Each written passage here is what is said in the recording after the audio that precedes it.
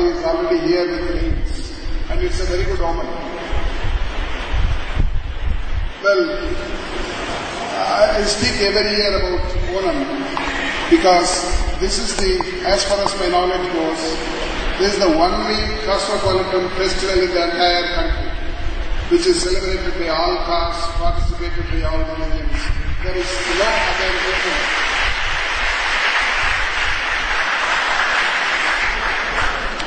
I hope such functions are celebrated in many other states. Well, Kerala, I always consider as an intellectual state.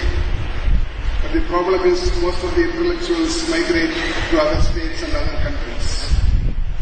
When you find the remittances coming towards India, the maximum foreign exchange comes to Kerala. Probably that is one reason why Kerala's per capita income is quite high compared to the many other states, even though manufacturing activity is not as good as some other states. Both skilled and unskilled labor have already migrated to many other countries, particularly the Middle East. I was going through of course, I'm a student of economics. Always I compare between countries and states. I find in Human Development Index, I don't know how many of you are aware of this, you must go through it and study something about HDI. In Human Development Index, which is published by the World Bank, in India, Kerala ranks number 1. And again, in the rate of literacy, Kerala is the highest with 91% of literacy, whereas the average of India is 65%.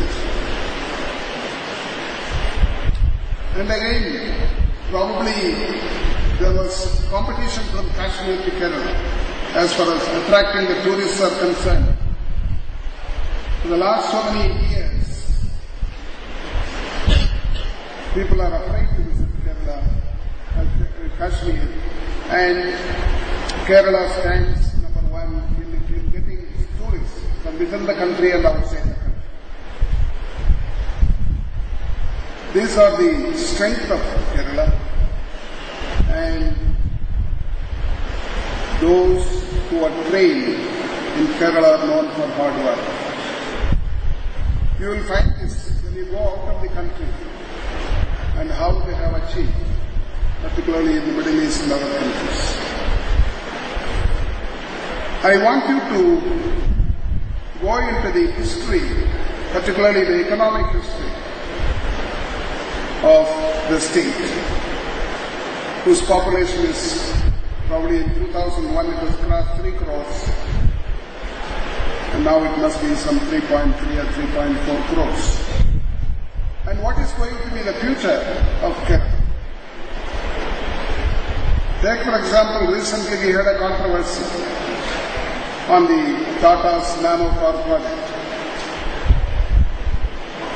I don't know what made Tata's to select Singur in West Bengal to have his factory there. And finally, after almost a year, now it has come to an end, and now it is being shifted to Gujarat. This must be an eye-opener to all of us, particularly the younger generation. As a country, we are doing very well in some areas, but not doing very well in some more areas. We are very good in the service sector. Almost more than 50% of the Indian economy is contributed from the service sector. But we are very much lagging behind in manufacturing. It is manufacturing which will have a sustainable effect on the economy of any country.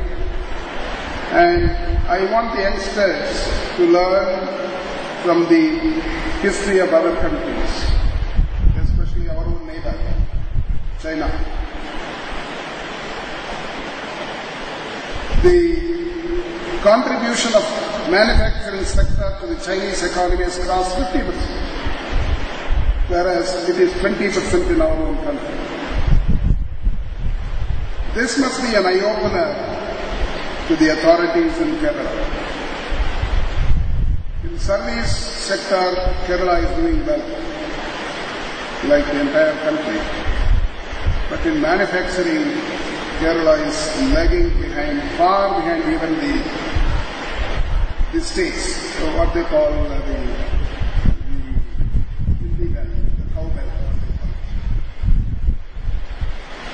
So there is a need to improve and take action to bring more industrial establishments in Kerala so that the people who study can be retained there, they can be given employment.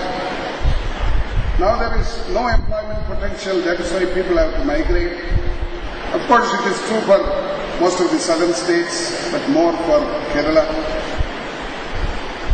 And I don't know how many of you are going to settle down in Kerala or start some manufacturing activity in Kerala. I take this opportunity to appeal to the governments in succession in Kerala, because people are afraid to go and start their industries.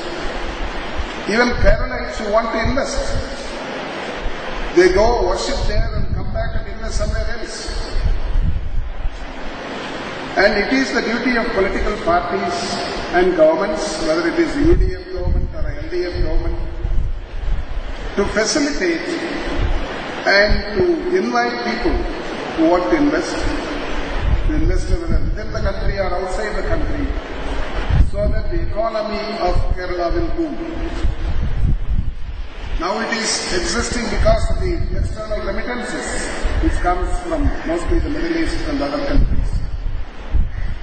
And it can be usefully utilized within Kerala itself. Now I find the construction industry is booming in Kerala. Hotels, residences, and all kinds of things. But this will not be a sustainable factor for the future economy of the state. And you belong to the future generation. It is for you to decide, and probably you may be able to influence the other voters as well. Well, I don't want to go into the politics. I remember when Antony took over as chief minister,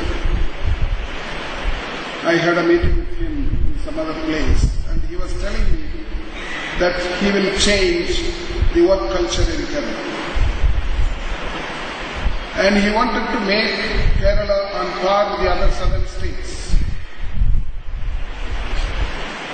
as far as industrial production is concerned. And probably he could not do it because instead of changing Kerala, Antony was changed. Even today. I want somebody like him, because there are many leaders, of course many of them are known to me. I've been working with them in Parliament and Assembly. Very rarely we find people with integrity. You know the problem of our country. The political system